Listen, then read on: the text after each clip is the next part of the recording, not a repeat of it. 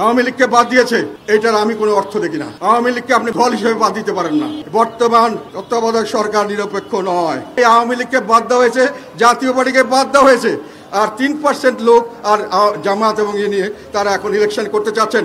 তারা এই ইলেকশন করতে গেলে কি হবে? ইলেকশন করতে গেলে এটা কোনো ইলেকশন হবে না। যে ইলেকশনের জন্য আমরা শেখ হাসিনাকে ফেসিবাদ বলি, যেই পতানো খেলার জন্য শেখ হাসিনার বিরুদ্ধে আমরা অবস্থান নিয়েছিলাম, এই সরকার একই কাজ করছেন এবং ওরা ঐক্য কমিশনের নামে অনৈক্য কমিশন তৈরি করেছেন। সেখানে তার দেশের অর্ধেক লোককে বাদ দিয়ে একটা ঐক্য করার চেষ্টা করছেন। এইটা একটা আমি মনে করি বড় ধরনের ষড়যন্ত্র, দেশের বিরুদ্ধে, দেশকে ধ্বংস করার ষড়যন্ত্র। এই ষড়যন্ত্রের অংশীদার তাদেরকে আমি হুঁশিয়ার করে দিতে চাই। দেশের মানুষ এগুলোকে ক্ষমা করবে না। আপনারা যা মনে করছেন তা হবে না।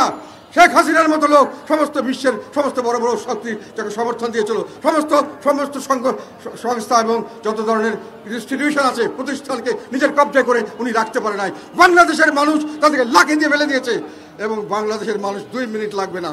এইরকম পাতানো খেলার রাজনীতি, যে খেলায় আমাদের নেতা, আমাদের চিফ অ্যাডভাইজার যেটা বলেন যে আমার নিয়োগদাতা কিছু মানুষ, এবং তাদের আবার কিছু বড় জামাত ইসলাম বলে তাদের নিয়োগদাতা নাকি আবার জামাতকে তারাই নাকি এই ছাত্রদেরকে সব রকম সুযোগ সুবিধা দিয়ে রাখছে।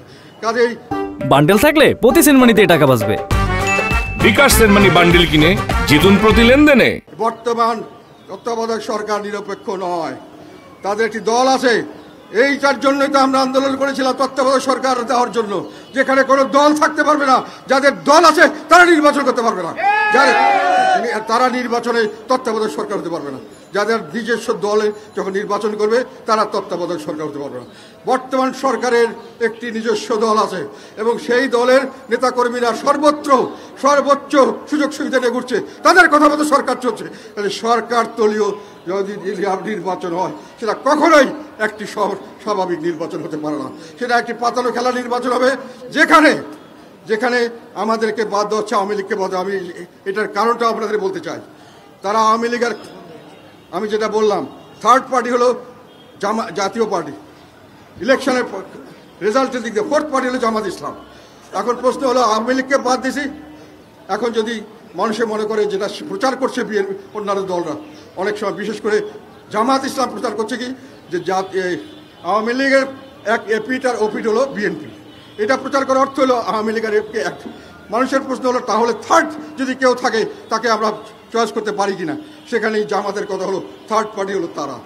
কিন্তু প্রশ্ন হলো, জাতীয় পার্টি থাকলে তো তারা থার্ড পার্টি হতে পারবে না, অল্টারনেটিভ হওয়ার তো তাদের কোনো সুযোগ নাই এখানে। সেই কারণে জাতীয় পার্টিকে বাদ দিতে হবে। তারা বিএনপিকে বাদ দিচ্ছে, তারা আওয়ামী লীগকে বাদ দিয়েছে, এটার আমি কোনো অর্থ দেখি না। আওয়ামী লীগকে আপনি দল হিসেবে বাদ দিতে পারেন না। আপনি যদি আওয়ামী লীগকে বাদ দিতে চান তাহলে তার মামলা করে যেটা দোষী সাব্যস্ত করতে হবে দলকে। তার আগে আপনার যেটা লোক যারা খারাপ করেছে তাকে বাদ দিতে পারেন। দলকে কিভাবে বাদ দেওয়া যায় বিচার ছাড়া, একটু অ্যাডমিনিস্ট্রেটিভ অর্ডারে এগুলো করা হচ্ছে এবং তার বিরুদ্ধে বললে আমাদেরকে নানান রকম ভয়ভীতি দেখানো হচ্ছে।